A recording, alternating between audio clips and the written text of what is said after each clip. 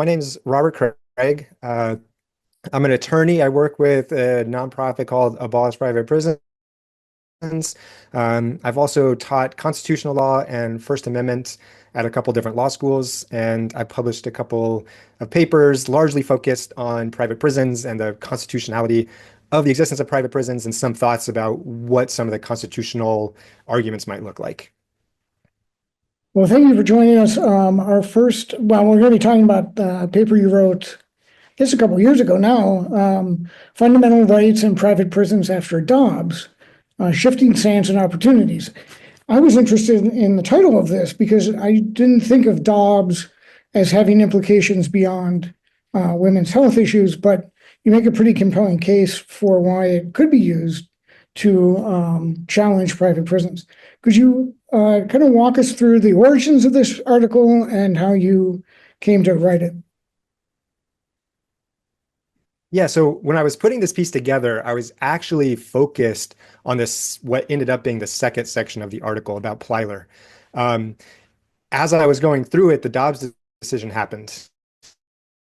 And I think any litigant that's thinking about what a constitutional challenge might look like sees Dobbs and the kind of wide sweeping language that that opinion uses threw up red flags for a lot of people. And so I thought it would be missing a big chunk if I didn't address the effect that Dobbs might have on Plyler. And that's for a couple reasons. And maybe we'll get into it more when we get into Plyler, but really Plyler existed in this case, and no one was really sure how much force Plyler had outside of that doubt that people on the Supreme Court were interested in the kinds of theories that Plyler relied on. So I think as you're in that space writing about Plyler, writing about private prisons, the Dobbs decision comes out, you have to address it and say, okay, where were we at now after that decision? So yeah, and we'll get into kind of your argument about those two cases in a minute, but I'd like you to first begin, because you begin the paper defining what a private prison is and the history of it a bit. So without getting too far into the weeds, could you give us an outline of what a private prison is under the law and how it's developed historically? Yeah, so when we think about private prisons, we think about a prison that's owned and operated on a day-to-day basis by a private corporation.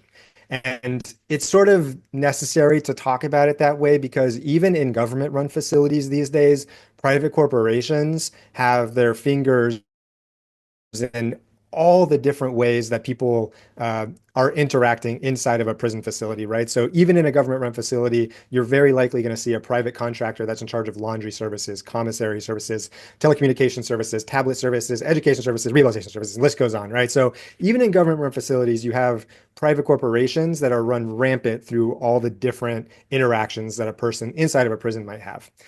We wanted to draw a distinction between that and what we think of as private prisons, and that's where the private corporation operates the entire facility. So not only are they providing that litany of services, but they are also hiring private security guards, private wardens, everybody from the first line interaction that a person in prison might have all the way up to the person in charge of that facility. And then, of course, you get into the sort of managerial class and the executive class and all of that stuff. But really, we think about it as being owned, operated by a private corporation.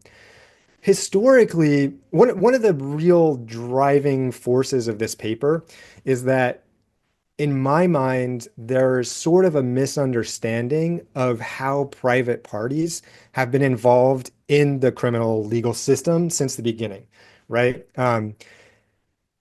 There's been a couple throwaway sentences in some Supreme Court opinions that say something to the effect of incarceration has never been a purely public function or something like that. And to some extent, that's true. Going all the way back to the sort of Ithaca system in New York, there has been private involvement in this incarceration system. As the incarceration system grew and grew, that private involvement looked different in different eras, right? But the expansion that we saw in incarceration that started in the 1980s with the drug war that led to what we now think of as the mass incarceration era, right? That provided an opportunity for these private corporations to make a pitch to legislators that were making decisions to say, hey, there's this rapid expansion. We know that some state governments in particular are struggling to keep up with the demands of this mass incarceration system. We can spin up a prison for you very quickly. And so they saw that as a business opportunity. And that's the modern era of private prisons looks like what we think of as private prisons today, which is that owned, operated by a private corporation. Yeah, and it was interesting to me to um, kind of think about the way you laid it out, which is the prisons themselves have developed from kind of private domain, so debtor's prison, and to punitive, where it's serving a societal punitive criminal function. Could you just briefly give us how that developed and where we are kind of today with that? Yeah. So one thing that I found lacking in the legal academic literature was this factual understanding of the history of private involvement, right? And so I spent a lot of time for this paper in non-legal academic sources because there actually has been a lot of exploration in those fields, in the history field, in the history of law and that kind of stuff. They have really dug into this concept and they have some nice concepts for thinking about these kinds of distinctions. And so the legal academic literature, on the other hand, has really just taken the top line message, which I stated earlier, which is there's always been private involvement, right? But I really wanted to spend some time to figure out what has that private involvement look like. And as you mentioned, you have these debtor prisons. We think of the criminal legal system today as really relying on incarceration. But that's a relatively modern phenomenon, right? When you look throughout historically how the criminal legal system functioned, and even using modern language, criminal legal system, I think formalizes it in a way that probably doesn't match how discipline was meted out, right, in the 17th and 18th century. Um, you largely find the further back you go, the more immediate the reaction is from the state or from whatever private lord or whatever is responsible, right? And so you'll have a system where somebody is found stealing something and you get this immediate corporal punishment attached to that. And it isn't until you start to get toward the Industrial Revolution where the concept of this long-term incarceration really starts to take effect. And that's also where you start to see the beginning of private involvement into those like systemic involvement into these systems. Because before you might have, you know, a rich aristocratic member that has a private security force that he pays. But the distinction between public and private just wasn't as sharp as it is now. And so I found it hard to talk about those kinds of functions using the modern distinctions that we do. But once we get into sort of the Industrial Revolution, that's where you really start to see, I think, this like idea of capital being so important. And you have this mass migration of populations from rural agricultural communities into cities. And people who owned factories saw that as a ready source of cheap, uneducated labor. And so you see a couple ways that the private parties are taking advantage of that populace, right? You see in like workhouses in continental Europe, in England, right, where you have poor people that come to these, what we like probably today is something like a jail situation where there also is a factory involved, or they can use people that are there for their kind of labor outside of the jail, but inside of the city. And then it really gets formalized in the United States with the Ithaca system. And you see private people who own factories making deals with state governments to put a factory in the middle of a prison, right? That's run by the government. You still have a foreman or a warden that's, and the government operates the facility, but then you have the private party operating the factory. And you get, to be clear, some very horrific stories of the way that these factories are being operated by the private party in Sing Sing and places like that, where it's just incredibly harsh discipline that is meted out by private parties, but still inside of this government facility. And so that's where I think you really start to see what eventually becomes this modern incarnation of private prisons. Yeah, as you were talking, I made the connection finally into my head between this development of kind of having to deal with labor and criminal activity of labor differently, and then also seeing a captive population as free labor, and then tying that to the end of slavery and Reconstruction and how convict leasing develops in this country. And you string that together because you do a good job in the article. Yeah, I think that's the most stark example of how this happens, right? Because for people, and it's so shocking to me now thinking back on how this was a gap in my education in the United States growing up about how, the story that gets told, I think, in education is slavery ends and then things maybe not good, but it's sort of this progressive kind of idea, right? But the more you look into it, you realize that particularly in the Reconstruction South, right, immediately after the emancipation of the slaves, you have this concept of convict leasing, where these state and local governments pass laws that criminalize all kinds of behavior, right? And sometimes these are vagrancy laws where if you are unemployed or you're somewhere you're not supposed to be in a kind of trespassy way, or, you're sleeping somewhere you're not supposed to be, all of these kinds of things that, by the way, we're seeing more and more today in this kind of criminalization of poverty and homelessness, right? But there it was targeted towards recently freed Black Americans, right? And so you have many of the same individuals who were recently emancipated, captured by the criminal legal system for these vagrancy crimes. And then once they were being held in these government facilities, they would be leased out to a private party, often to the same plantations where they had just recently been slaves, right? And if it wasn't the same plantation, it was often the same area. And I think one thing that's important to realize about this, and it's not to downplay the horrors of chattel slavery, right? David Oshansky writes this book called Worse Than Slavery about convict leasing that talks about just how awful and, unimaginably horrible these conditions were for convict leasing, because during slavery, the owner of the slave had this vested financial interest to keep, he had owned that person in some way. And so there was some financial interest to keep them in working shape. For convict leasing, that didn't exist. You could use people up, kill them, treat them as awfully as you can imagine, and you could just get a new body through this convict leasing system. And so you have this really horrific alternative that immediately transitions from slavery into the convict leasing system. And the line from that to private prisons, if it's not completely obvious, right, is that you have people that are, being punished by the government for violating whatever government laws exist, and then being sent to the care of a private party for the economic benefit of that private party. And it looks different because that person was not operating a prison. They were often operating, a labor intensive business as part of the economy. But the concept is so clearly connected to what we see today.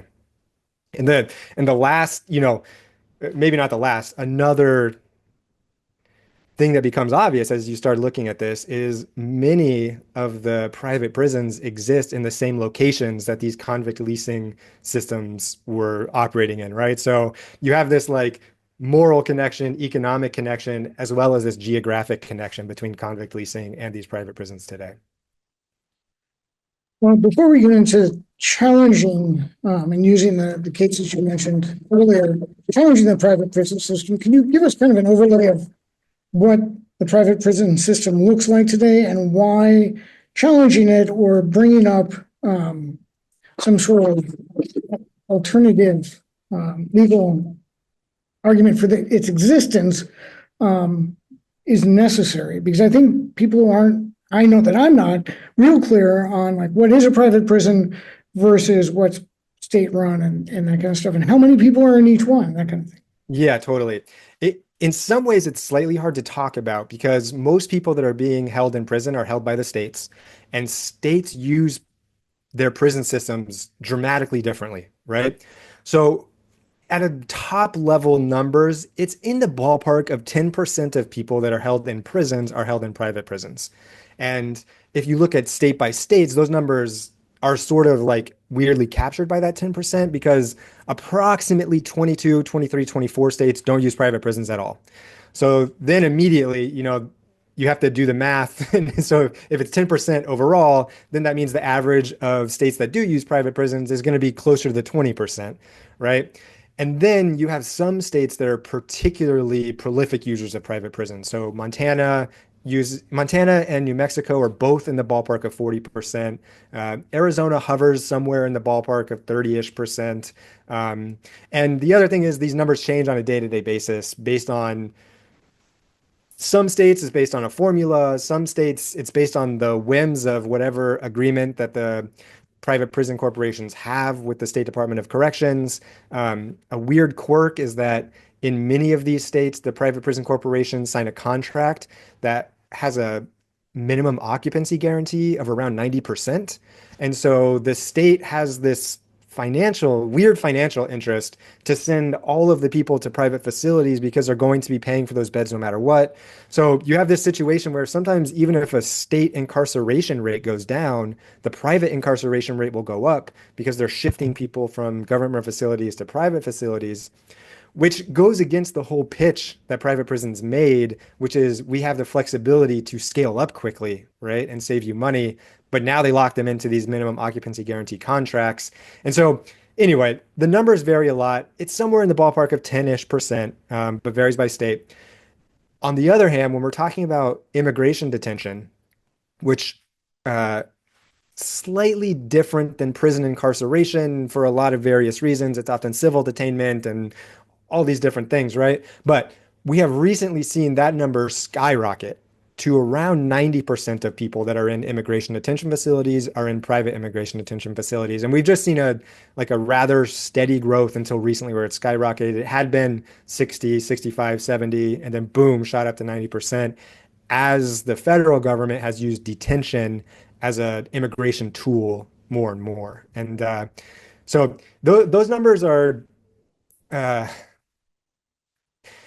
then the question is, why do we care so much about private prisons if it's only 10%, right? It's often the next question. And we see ourselves as sort of a necessary cog in any kind of sensible criminal system reform efforts because despite their claims to the contrary, these private prison corporations lobby and use campaign contributions to get favorable legal systems at the state and federal level. And so the idea is if we can get rid of private prisons, get the profit motive out of the decision-making area, then that opens up the space for people who have, expertise in what does a good legal system look like, who have moral expertise to say what should a detention system look like, right? Those are the people that we think should be in the room when decisions are being made, not somebody who says, you know, if we do more rehabilitation, that's a threat to our bottom line. And for what it's worth, these private prison corporations are publicly traded, which means they file quarterly reports and monthly reports with the SEC, and they don't hide that. If you look at these reports, they tell investors rehabilitation is a threat. Criminal justice reform is a threat to our business model. Recidivism is bad for us, right? They tell you up front, if you look into it, all the things that they're going to be against. And so we think get those people out of the room so that way sensible reform can even be talked about by people who have the right kinds of interests at stake. Yeah, and coming out of the discussion we just had about how prisons developed and how there's this vested interest in keeping people in prison for labor force, private prisons make money off of hiring out the convicts, right? The people who are in there, and they also make money through these government contracts, right? Yeah, this is another area where it varies dramatically. But the number one way they make revenue is what they call, again, this like dehumanizing term. They call it a compensated mandate. And so they sign these contracts. And so for every person that's in their facility, they get paid a flat amount by the state or the government, the federal government, that's called a compensated mandate. and then at the floor, whatever their occupancy guarantee rate is. Then they also have a lot of tools where they can make money. It's usually not through the kind of leasing out like we might see in the convict leasing system. A lot of times it's labor inside the facility. And that's everything from housekeeping, right? Because every prisoner that you make do housekeeping labor, that's a person that you don't have to hire, right? And so that's every single level of inside the facility. If you can force or coerce or convince somebody to take that job, that's somebody you don't have to pay. Or if you do have to pay them, you can pay them pennies an hour, right? Whatever the state requirement is. So they exploit the labor of the people that they hold to make money. And often it's through not a direct payment from somebody else. It's often through the reduction of expenditure, right? And on the balance sheet, it ends up being the same for them when they're trying to maximize their profit. But that's usually how they do it, is through these like cost savings measures rather than this sort of like what we would think of as like the leasing model.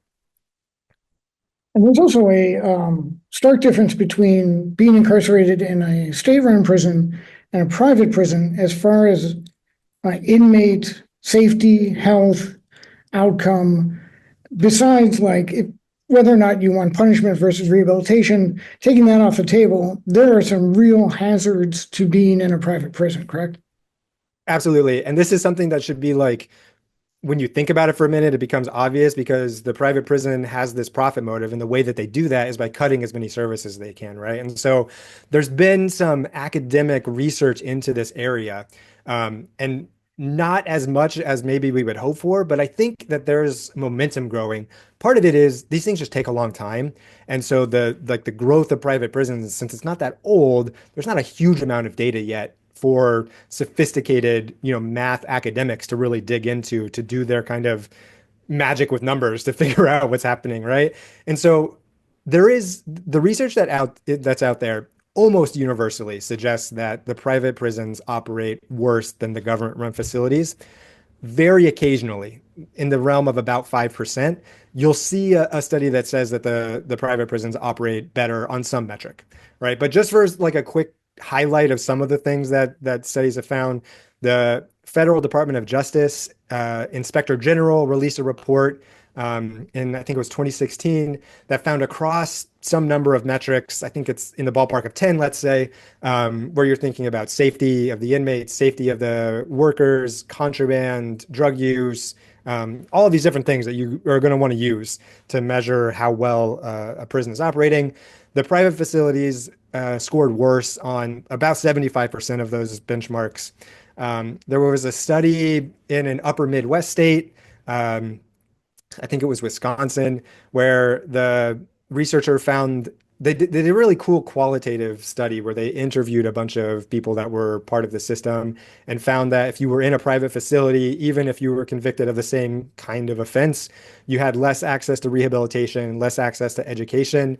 And maybe the most troubling study that we're aware of is out of Mississippi, where a researcher found that again, for the same sort of class of offense and stuff like that, if you spent time in a private facility, you were going to end up extending your stay about 8 to 10%. And that was largely based on disciplinary infractions. So it's pretty obvious to see how that works, right? If you're a guard at a private facility, you have this weird financial interest to just write up prisoners over and over and over again because they lose access to good time credits. They might have incidental charges added on that end up lengthening their sentence and stuff. So it ends up being at this study about 90 days or 8% to 10% that your sentence was extended. And so there's just all these ways that being in a private facility just ends up worse for you, even apart from, as you were saying, the sort of moral, ethical idea of like, why am I being exploited for the commercial benefit of somebody else? There also are these really stark, material differences in what your life is going to be like. And that one sort of caveat to that is by no means am I saying that the government run facilities are great, right? It's just that as bad as government run facilities are, private facilities tend to be even worse than that. And it's possible that you could point to a government run facility that's going to be worse than a private run facility that is sort of an excellent example or something like that, right? But looking at it systemically across the whole country and pulling out these reports, we just find that, as you would expect when you have a company that's trying to maximize their profit, it's worse for the people that are being held there. I was gonna make sure you made that point as far as like the state-run prisons are pretty bad. So if you have to be worse than Yeah. that, that's pretty atrocious. So we've set the stage now as to One why, way that I like to think about this, right? sorry, I didn't mean to interrupt. One way that I like to think about it is for anybody that's experienced a government-run prison or jail, right? Like, you go in and things are stark. You don't walk into one of these facilities and think, oh yeah, there's a lot of ways I could cheapen this experience, right? Like, it's not like everybody's got access to good technology and there's like, these material comforts that are everywhere for everybody that you can slash to make it cheaper. The government is already doing it about as cheaply as you can possibly imagine. So how is a private corporation going to find a profit margin there, right? And it's going to be only by lowering these standards that are, that's the expensive part of running a prison, the education, the healthcare, the rehabilitation. Those are expensive things. And so those are the pieces that get cut when you're trying to find that profit margin. Yeah. So now thanks for adding that because that's important. Um, Now we're at the stage where we've set the stage for why private prisons probably need to be challenged and potentially abolished. How do these two cases that you focus on, Plyler and Dobbs, factor into that argument? And how can you make a legal argument to challenge the private prison system? Sure. So Plyler stands out as a case that, this is one that every single law student reads in con law, right? And it's a really great example, I think, in my head, as the last gasp of sort of common sense Supreme Court opinions, right? In my mind, modern Supreme Court opinions are super formalistic, and that formalism leads to a lot of problems. But in this opinion, you have a really great blending of these two concepts, right? Because there's this idea of suspect classes, right? That, if you can't be discriminated against based on your race, right? And if you do, that leads to this higher threshold of strict scrutiny, right? And so you can look at these kids, and the Plyler case was about access to public education for children of people who were in Texas without documentation, right? And so the kind of core question here is there access, is there a constitutional right of access to this public education for this group? And the key insight of the case is you have to look at it both ways. You have to look at the group that you're talking about and the right that's at stake here. And neither one of those individually would rise to the level of this kind of heightened scrutiny, right? The right to access to public education is not the kind of fundamental right that triggers this heightened scrutiny, and neither is this class of children. But the opinion has this insight that says they're both almost a suspect class or a fundamental right. And so if we blend them together and talk about all of the effects that, are being wrought upon these kids, but also society by if we weren't going to educate those kids, right? That combined means we should pay more attention to this kind of thing. And again, this is a case before everything was hyper formalistic. And so they didn't use all the same language that the most modern Supreme Court uses. But you have this concept of like, we should look more closely at it. And that's how you can find protection for the access to education for this particular group, right? You look at the group, look at the right, and combine them together, right? And combined, there's a stronger force there. And so my idea was you have this vulnerable population, right, in prisoners because they don't get to make a choice where they go. They've made a choice in the mind of the legal system and committed a crime. But once they've done that, they're at the mercy of the State Department of Corrections or the Federal Bureau of Prisons or whatever, whoever's responsible for them. And you also have, as in the Plyler case, all of these nasty social consequences that come along with not rehabilitating somebody, not educating somebody, not giving them all of the tools that they would need to succeed on the other side of their detention. And so the idea is to make a parallel argument, which is to say, obviously somebody that's being held in private prison is not a suspect class. And obviously, there's not this fundamental right to rehabilitation and education once you're inside the facility. But because of how important these are and this weird political vulnerability of this group, because, they often can't vote and they're often marginalized and all of these things that make them, this vulnerable population and the nasty effects on society by using private prisons, if we combine them together, we can say, well, we should look at this with something more than rational basis, whatever that is, some kind of heightened scrutiny. And so that's the Plyler argument, is just to say, don't formalize it so much that you forget to think about the bigger picture and the status of this group and everything that's, gone wrong for them already because of where they were born, what their skin color was, their education, the government failing to give them an education in their local community, all of those things, right? And then also think about what happens if we don't do this, if we don't give them an education, all of the costs on society. And so that's the Plyler argument. Yeah, and it also seems, it's a long time ago I heard that, there was a study, I don't know if it's current anymore, about people who get sick in prison with life-threatening diseases, HIV, tuberculosis, all this kind of stuff. So someone goes into jail or prison for car theft, let's say, or low-level drug addiction, drug crimes, and then suddenly they're given a death sentence. And is that the kind of thing you're pointing to here? Like there's yes, they're not great actors in society, taking them out benefits society, but there's a bigger societal goal in protecting them as well, right? Exactly. Yeah, exactly.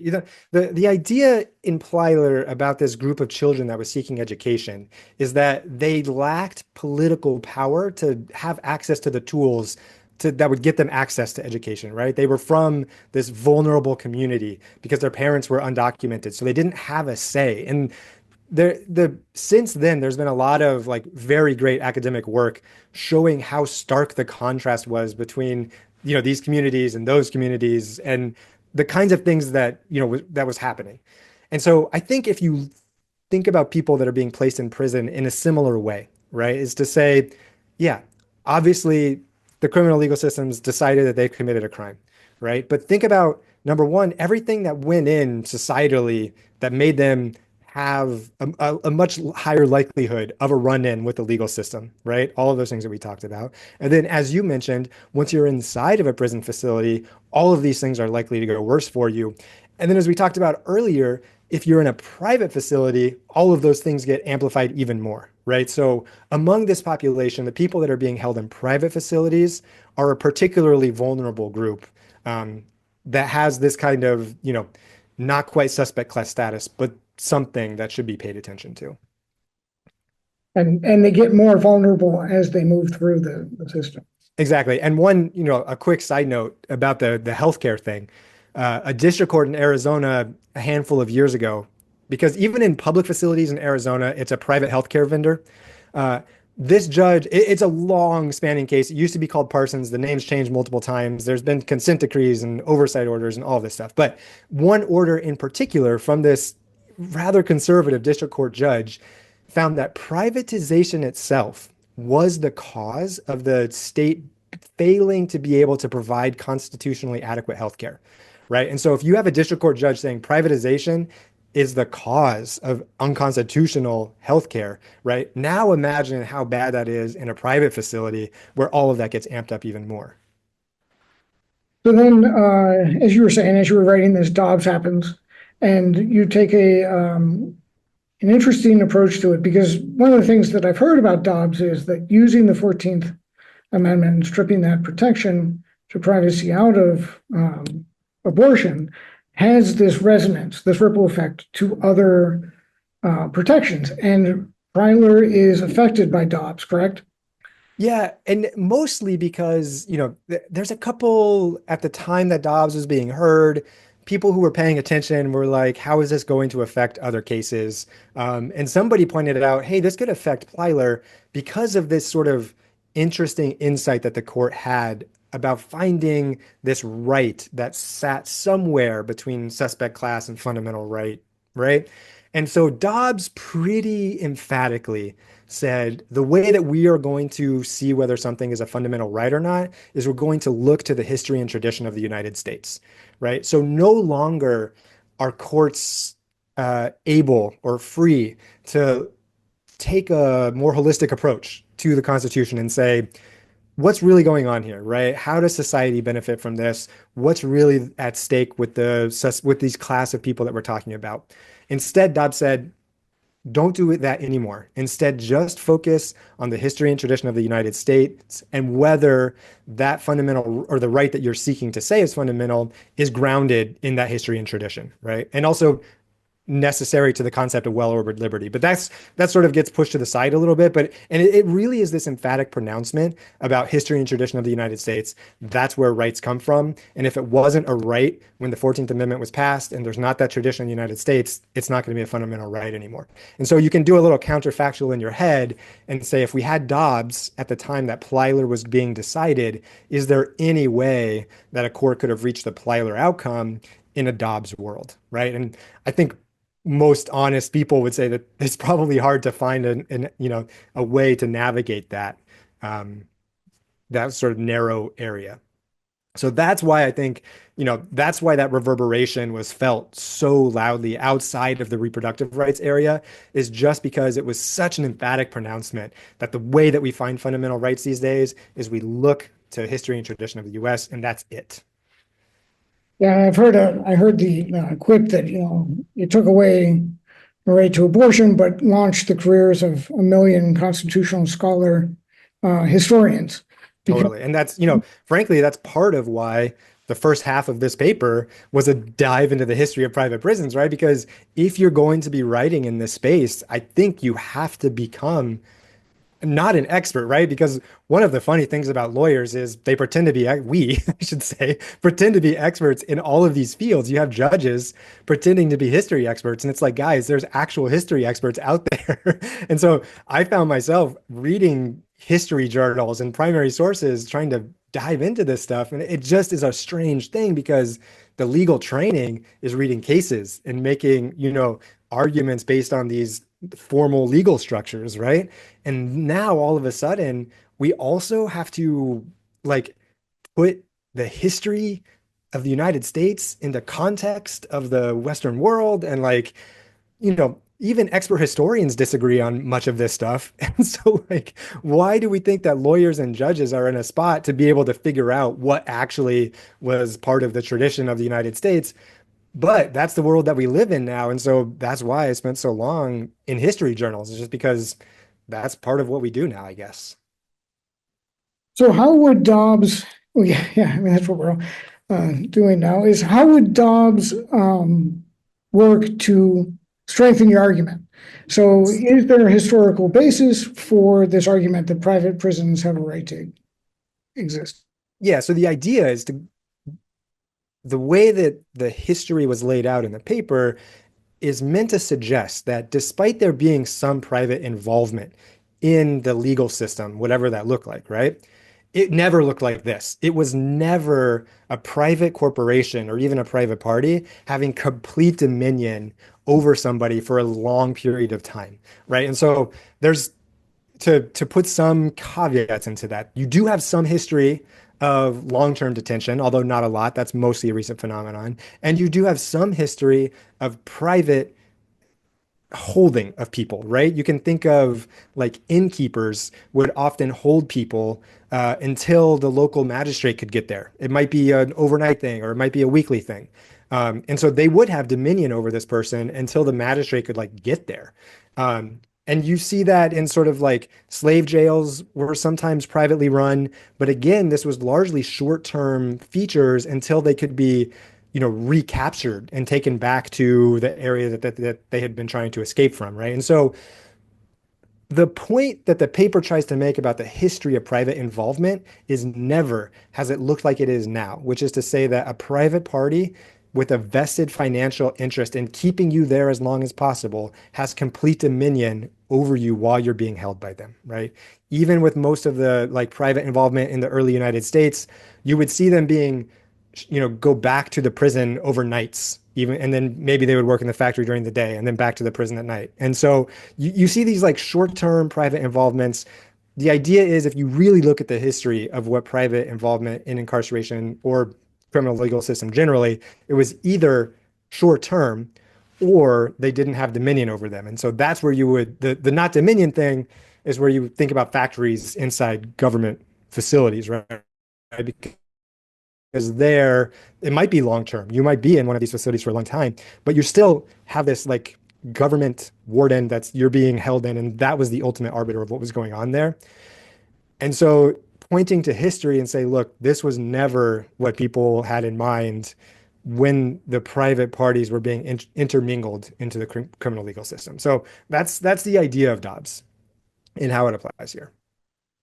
Well, thank you for laying out your argument. I'd kind of like to end with, as we spoke about before the interview, it seems like the amping up of the immigration policy of the Trump administration is going to be a huge boom for private prisons. And can you talk about kind of where we are today, and where private prisons you see them going, I suppose, or proliferating across the business world? I mean, it seems like it's a boom industry at the moment.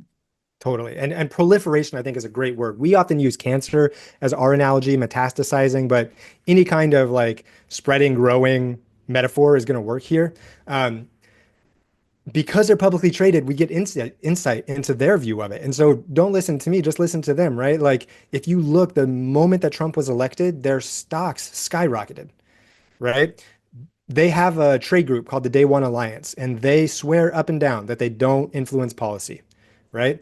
But when you look at what they do, they make campaign contributions and they lobby. They have lobbyists that work on staff. And if you think they're doing that out of the kindness of their heart, I've got a bridge to sell you, right? They donated large amounts of money to the Trump campaign and his inauguration celebration, right? And then most recently, on one of these investor relations calls, the CEO of, I forget if it was CoreCivic or Geo Group, but one of the CoreCivic and Geo Group are the two, they have like 90% of private prison beds. One of the two of those CEOs in this investor relations call said something like, in my time working in this industry, this is the most excited I have ever been about our opportunity for growth, right? And so you see it in immigration detention, as you mentioned, skyrocketed up to 90%. There's a partnership now where the federal government knows if they want to use detention as a tool, they can just let the private parties do it and they can pay them and their donors will make money off of it, right? And in terms of proliferation, it's two different models of proliferation, I would say. One is different areas of business, right? So started out in private prisons. Then they recognized that immigration detention was going to be a booming industry. And that's where you see this until they captured 90% of it. They also do things like post-release supervision, ankle monitoring, any kind of like touch that you might have with the legal system. These private prison corporations are looking to expand into. One like really stark example of that, I think, came out of Cook County in Chicago. Private vendors were operating the ankle monitors of juveniles, right? Sounds bad by itself. They had two-way radios that they could use at all times with these juveniles. They could listen and they could speak through these ankle monitors, right? And so any kind of involvement with the private, with the legal system that you can imagine, these corporations are trying to get into as a business model because they know that the entire, like if you look at how many people are being incarcerated, the rate of incarceration seems to be maybe plateauing, maybe decreasing a little bit. How much of that was COVID related? We're not really sure, but incarceration itself doesn't seem to be a booming growth industry anymore. So they're looking at all of the different ways they can do it.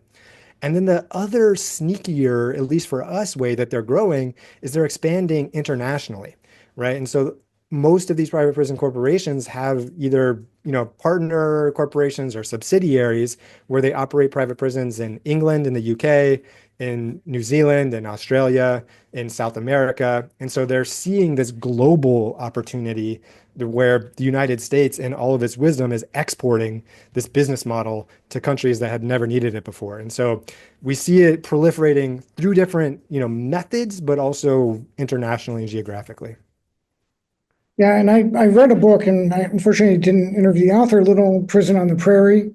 I don't know if you're familiar with it, but it basically talked about how these private prisons will go in and sell to a community that it's a big job um, creator and it's going to revitalize this area. And have you seen that that is comes to pass, or how are these communities that take on the private prisons, welcome them in, Yeah. give them all this tax breaks and all that kind of stuff to build? How are they functioning now that there have been some prisons who have? It's hard because on the one hand, these are economically desperate areas often, right? They don't have, especially as the economy has shifted towards more technology and more service-oriented economy, the vast majority of jobs are migrating inwards toward the city, right? It's just like the Industrial Revolution happening again, where we're getting more and more draw from rural populations into urban centers. And so what happens is you have people that their whole lives are there, right? And so if they're looking for a job, it's an easy pitch for the private prison to come in and say, "Hey, we have 3,000 beds. We're going to need, a constant 24-hour staffing of 20 people every shift or whatever it is, right?" And it makes sense for them rationally, the people to say, "Yeah, I need that kind of job." I think the best example of what those jobs actually look like is Shane Bauer's American Prison book. And I'm not sure if you're familiar with that one, but he goes and he works inside of one of these private facilities, talks to the people that work there, talks to the community. These jobs are extremely unsafe. They don't pay anything because, again, they're trying to reduce the pay that they can. If you look at the education that people get, they get something like 6 to 8 times more education if you're going to work for a government facility compared to a private facility. Most people that work for government facilities are part of a union, so you get all of the benefits that are attendant with that in terms of pensions and employee protections and collective bargaining, all of that kind of stuff. Not the case for private facilities. You're at risk of, physical violence. You're at risk of being part of like a contraband thing because those rates are higher in private facilities. So they often they don't live up to the promises that they make to the state legislature. They don't live up to the communities that they make the promises to. But on the other hand, these people are economically desperate in some of these areas. And so, you know, it's it's not really my place to tell them that this isn't something they should do because they're making a decision for their own families. But the promise is certainly that the corporations are making, they're not great jobs, that they're very dangerous. And the statistics are all out there on how much turnover there is and how desperate they are to find people because once you work in these jobs, you'll see that like no one wants to do that. It's extremely difficult and dangerous. So the jobs are hard and they don't pay that much. And you don't have a lot of the benefits that you get if you're working for a government facility. Right. Well, thank you for your time and your work. And if you had any closing thoughts or final thoughts about the state of private prisons, where we are in challenging them and making sure that their reach is limited and not. So I think the most hopeful thing about this whole situation is that most people, as I mentioned earlier, most people that are held in prisons are held by the states. One thing that's true about state legislators is they're way more available than federal legislators are, right? If you're in a place that uses private prisons, talk to your state legislator. Let them know this is a priority for you, right? Because I think a lot of times they just skate by on the fact that people don't care about people in prison, right? Out of sight, out of mind. Another reason that these facilities are out in rural areas, if you put them out in a place where nobody is, the people don't have to think about it, right? And then exploitation can happen that way. And so if you care about this and you live in a place that has them, let your local legislators know that you care, right? And often that is enough to start something going, right? The momentum is on the side of getting rid of private prisons at the state level. Over the last like 6 or 7 years, 3 to 4 states have stopped their contracting with private prisons. And so it really is possible for like grassroots communities to do something about this. Alabama is another success story. The private corporations wanted to build a mega prison in Alabama. A very enthusiastic group of community organizers rallied, and now the Alabama is not going to build that private prison facility, that mega prison. And so it is something where shining light on the problem really does help. Let people that are in decision-making places know that you care, that you're paying attention to it. And it is a place where like individuals or groups can really make a difference.